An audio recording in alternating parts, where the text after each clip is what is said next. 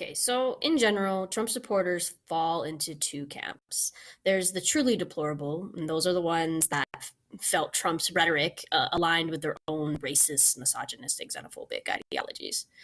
But then there's the slightly more rational group that figured, hey, okay, yeah, he's a piece of shit as a person, but he says he's a good negotiator and he's gonna fix the economy and bring back jobs. So let's give him a shot. And P.S. We hate Hillary. Okay, so on the campaign trail, Trump portrayed himself as a successful businessman and one of the world's best negotiators. And he was going to negotiate such good deals that was going to help the American economy bigly. He even claimed that to build the useless southern border wall, he was going to make Mexico pay for this wall. And I say useless because, you know what they say, you build a 50-foot wall, and somebody's going to come by with a 51-foot ladder. And, that doesn't even take into account tunnels or planes.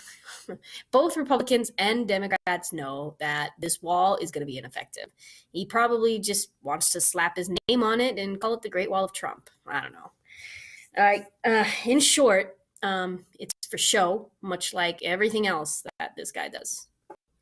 Well, in his first week in office, he got his first chance to show the American people and the rest of the world, for that matter, what a great negotiator he was and own up to some of his bigger campaign promises.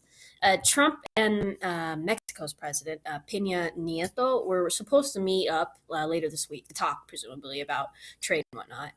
Peña Nieto made it very clear that Mexico was absolutely not going to pay for the 12 to $20 billion wall. So Trump did what he always does when he can't have what he wants. He tweeted about it. So if Mexico, and I quote, if Mexico is unwilling to pay for the badly needed wall, then it would be better to cancel the upcoming meeting, end quote. So after Trump recklessly tried to strong arm the Mexican president via Twitter, no less, Peña Nieto metaphorically said, well, fuck you, and canceled his meeting with him altogether. That's a pretty fun negotiating there in a great foot for a new president to start foreign affairs on, pissing off our peaceful allies to the south and our third largest trading partner. So then, after getting snubbed, Trump said to all his Republican cronies at their retreat in Philadelphia that the decision to cancel the meeting was a mutual one. He also went on to say that in order to force Mexico to fund his absurd wall, he was going to slap a tax of 20% on all Mexican imports, which isn't really a new idea. Republicans have been talking about imposing this tax for a while, but they were going to use the money they got out of it to provide huge tax breaks for all American corporations. They didn't intend to fund the wall with it because America has made it clear that they don't want to pay for it, and actually the majority of Americans don't even want the wall. So on the surface of this tax, it looks like Mexico is getting penalized and being forced to pay up, but in reality, it's consumers, American taxpayers, that are going to end up funding the wall after all. So basically how it works is Mexico makes stuff and then sells it to America.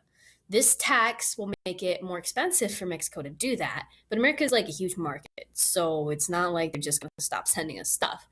But they also don't want to lose money. So naturally, they'll just raise the price of their goods to cover the cost of the tax, right? It's a lot like how they, a pack of cigarettes used to be $3 or $4 a pack, back in the day. And then they imposed, a tobacco tax. And then suddenly, it's not like, the tobacco producers are like, well, I guess we're going to lose a bunch of money. They're like, no, we're just going to raise the price of a pack of cigarettes. And so that brought the price up to $7, $8, $9, $10 a pack, in some cases. And so now you're thinking, well, okay, I just won't buy Corona or avocados anymore. I think most people would be surprised to learn just how much shit we get from Mexico. I know I was. We're talking over $330 billion worth of cars, machinery, medical instruments, oil, and agricultural products. $3 billion was in beer and liquor alone. So who's going to eat the cost of the wall with this tax proposal? Americans, of course, even the delusional ones who believe Trump was a good negotiator. So now construction of this wall hasn't actually started. All Trump did was sign a piece of paper saying it was going to happen, but the guy says a lot of things. Congress has to approve it, and they won't unless they figure out a way to pay for it. And a lot of them, even Republicans, don't want to pay for the wall. and would rather use that money for other things like bigger handouts in the form of tax cuts to large corporations.